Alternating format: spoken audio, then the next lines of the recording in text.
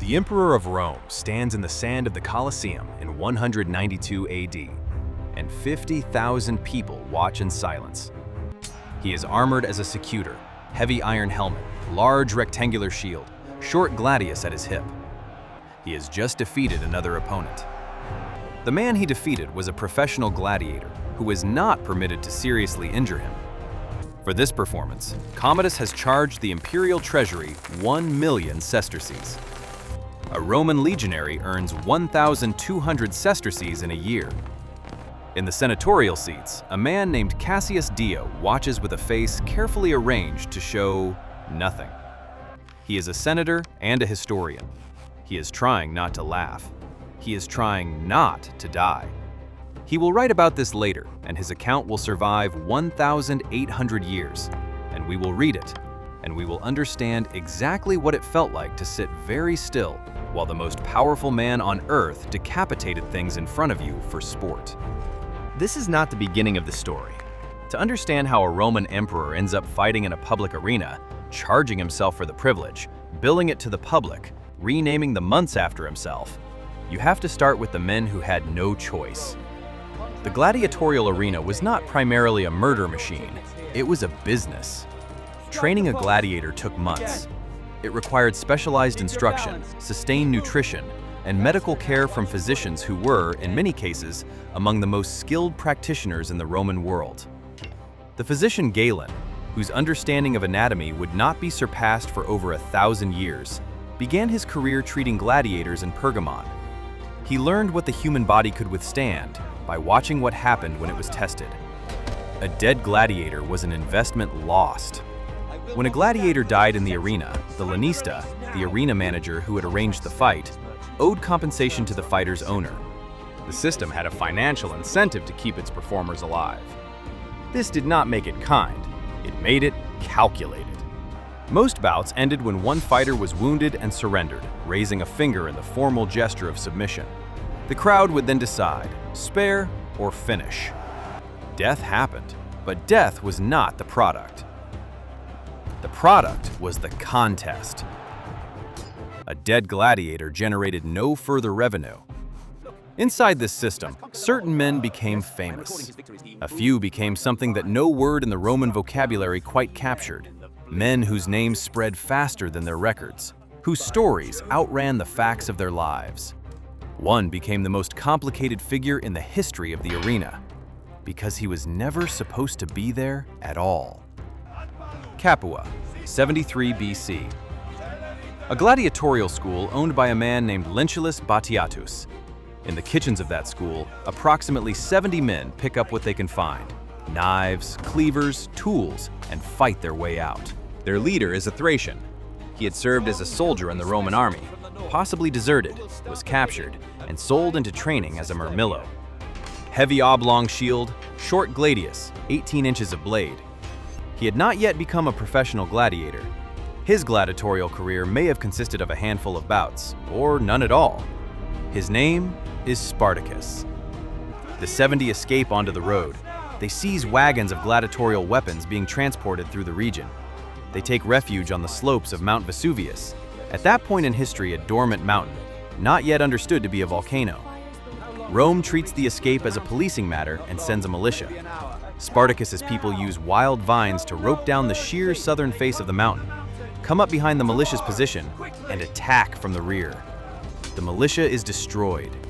Word spreads. Escaped slaves find them. Then more. Then more.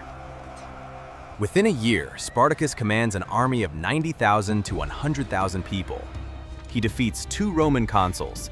He marches the length of the Italian peninsula. He is winning. He almost reaches the Alps, the passage north, the passage out. Then his own army refuses to leave Italy. Some want to stay and fight. Some want to loot the country that enslaved them. The army splits. Spartacus turns back south.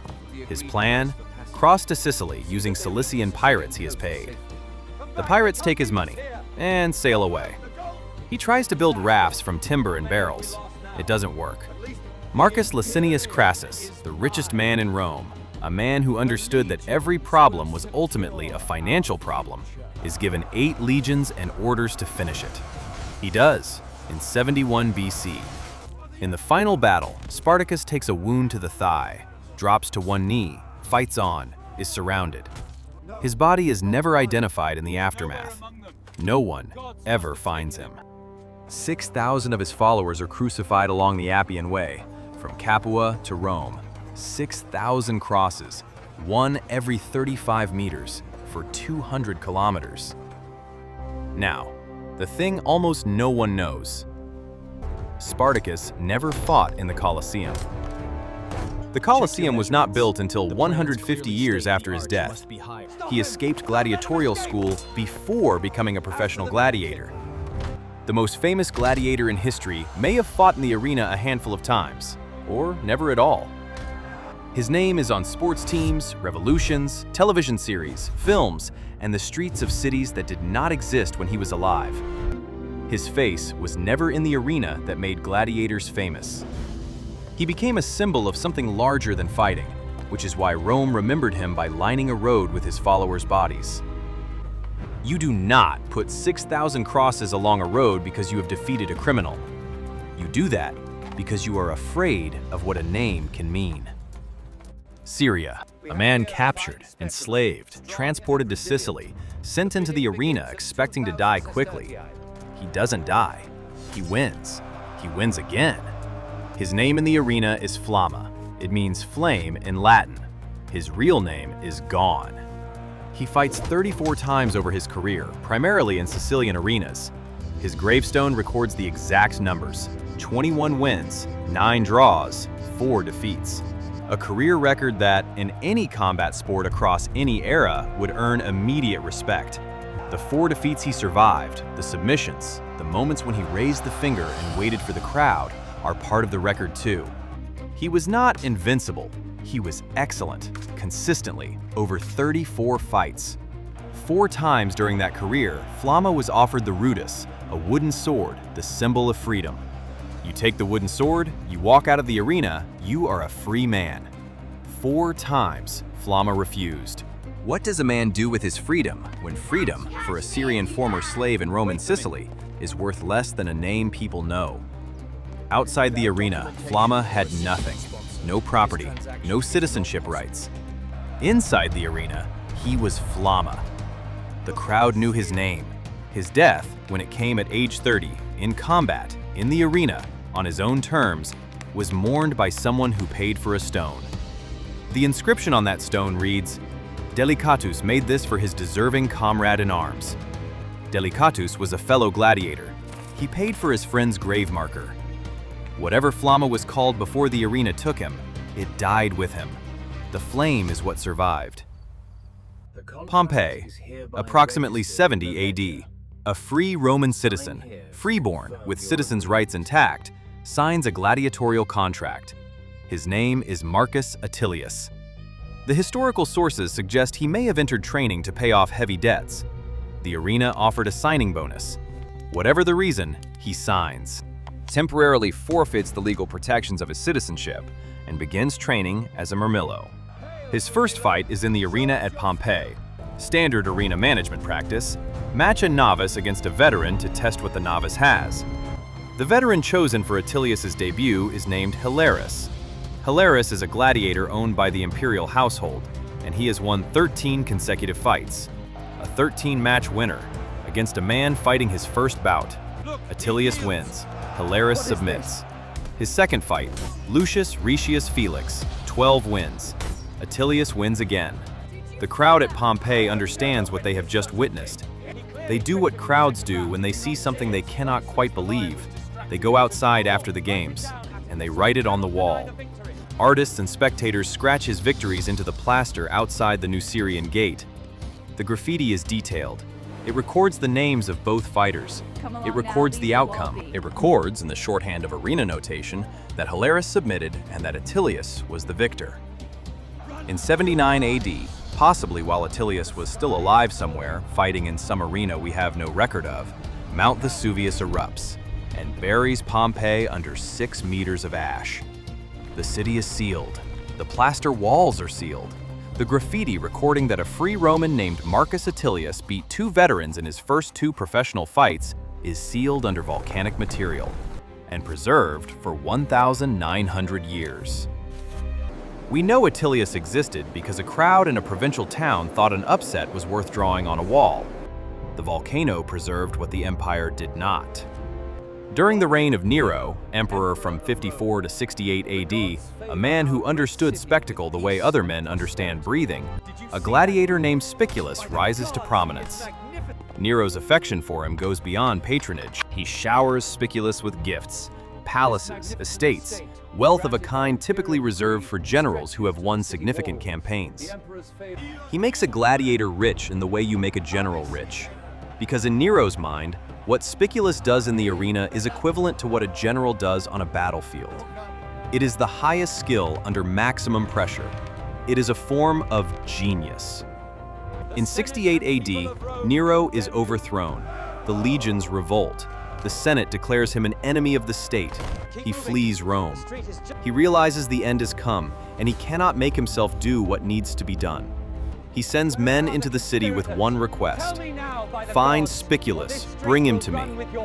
He wanted Spiculus to kill him, to die at the hands of someone whose skill he respected, who would make the ending clean. Spiculus is not found in time. Nero is killed instead by a freed slave named Epaphroditos, hesitant, shaking, and reportedly has to guide the blade himself. His reported last words: "What an artist dies with me." Spiculus survived Nero. Then, he disappears from the historical record entirely. Famous enough that an emperor wanted to die by his hand. Unknown enough that no one recorded what happened to him afterward. August 31st, 161 AD. A boy is born to the emperor Marcus Aurelius. His name is Lucius Aurelius Commodus. His father is, by any honest accounting, one of the finest rulers the ancient world produced. A man who wrote a private journal of philosophical reflection called Meditations. Marcus Aurelius governed with restraint. He understood the empire as a responsibility rather than a reward. He was a genuinely good man.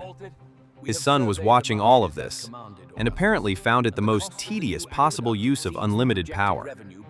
Commodus becomes co-emperor at 16, sole emperor at 18. The historian Herodian describes him as extraordinarily handsome, tall, physically powerful, with the build of an athlete. He is also, from the beginning of his reign, almost entirely uninterested in governance. He delegates the business of empire to favorites. What he cares about, what he has always cared about, is the arena. He specializes as a secutor: short sword, large rectangular shield, heavy protective helmet. Commodus trains seriously, not as a hobby, as a vocation. A man with 50 million subjects who wants, more than anything, to be a professional fighter. Around 190 AD, he stops practicing in private. The public fights begin. 735 arena appearances. His opponents are professional gladiators who have been instructed not to seriously injure the emperor of Rome. They submit. He wins. Every time. For each performance, he charges the imperial treasury 1 million sesterces. Commodus charges himself 833 years of a soldier's salary per fight, paid from public funds, to watch himself beat men who are not allowed to beat him back. Cassius Dio sits in the senatorial seats. He watches. Some senators reportedly chewed on laurel leaves from their ceremonial wreaths to suppress nervous laughter. They could not afford to be seen smiling. They could not afford to be seen frowning. There was no correct expression for watching the Emperor of Rome fight a gladiator, who was trying to lose. The animal hunts are different. For the animal hunts, Commodus fights from a raised platform with protective railings. He develops a specialty: crescent-shaped arrows that decapitate birds cleanly. He shoots ostriches in the arena. The crescent arrows take their heads off. The bodies, headless, continue running across the arena sand. The nervous system still firing, the legs still pumping, before collapsing. Steele watches this and records what he sees with the accuracy of a man who has decided that the only possible response to the unbearable is to describe it exactly. He kills 100 bears in a single day. He kills hippopotamuses, elephants, giraffes. He does not miss. Then he cuts the head off an ostrich. He walks toward the senatorial seats, holding it. He looks at the senators. The head is still twitching. He gestures, in a way that communicates with total clarity what he could do to them if he chose. The senators sit completely still. They chew their laurel. They make no expression. By this point, Commodus has become convinced he is the living reincarnation of Hercules. He renames Rome. It is now the colony of Commodus. He renames the months of the calendar after himself. He has footless citizens brought to the arena. Their stumps are wrapped in cloth shaped to look like serpents. Commodus, dressed as Hercules, clubs them to death while they writhe on the sand. He replaces the head of the enormous Colossus statue outside the Colosseum with a likeness of his own face. He inscribes the base, "Conqueror of 1,000 gladiators." In December of 192, Commodus makes an announcement. On January 1st, 193, he will enter the Colosseum in gladiatorial armor. He will take up residence among the gladiators. The Emperor of Rome intends to stop being emperor. His mistress, Marcia, finds a list he has written. It is a list of people he intends to have executed. Her name is on it. She puts poison in his food. He vomits most of it up. The dose is insufficient. Commodus is still alive, nauseated and confused in his bath. The conspirators make a decision. They send in his wrestling partner, a man named Narcissus. Narcissus holds Commodus underwater in the bath until he stops moving. The most powerful man on earth is killed in his bathtub by his wrestling partner the night before he was going to walk into the Colosseum as a gladiator and never walk out as emperor again. The Senate declares him an enemy of Rome. His statues are torn down in the same hour. His body is dragged through the streets and thrown into the Tiber. The 84 years of stability that Marcus Aurelius had built, the period historians call the time of the 5 good emperors, collapses within a year of Commodus's death. Marcus Aurelius wrote Meditations in a campaign tent. His son charged the treasury 1 million sesterces to fight a gladiator who was not allowed to hit him. The philosopher's son destroyed the golden age of Rome because he could not stop thinking about the arena. What that cost, in stability, in lives, in the 200 years of slow fracture that followed, is not a number that can be written on a gravestone. Today, the Colosseum stands in Rome. 6 million visitors per year pass through it. Flamma's gravestone is in a small museum in Sicily. Delicatus paid for it. It has outlasted the empire. The graffiti at Pompeii is still on the wall, the chalk marks of a crowd celebrating an upset, preserved by volcanic ash. Spartacus has a film, a television series, and a myth that outlasted everything. Commodus is remembered primarily because Joaquin Phoenix played a version of him in a film released in the year 2000. A film that gets the details wrong, and that gives him a death he would have genuinely wanted. Killed in the arena by a gladiator in front of the crowd. The real Commodus was drowned in a bathtub by his wrestling partner. The arena gave Flamma a name. It gave Spartacus a legend. It gave Atilius a drawing on a wall. It gave Commodus nothing, not even the death he wanted. The gates closed, and the sand remembered nothing.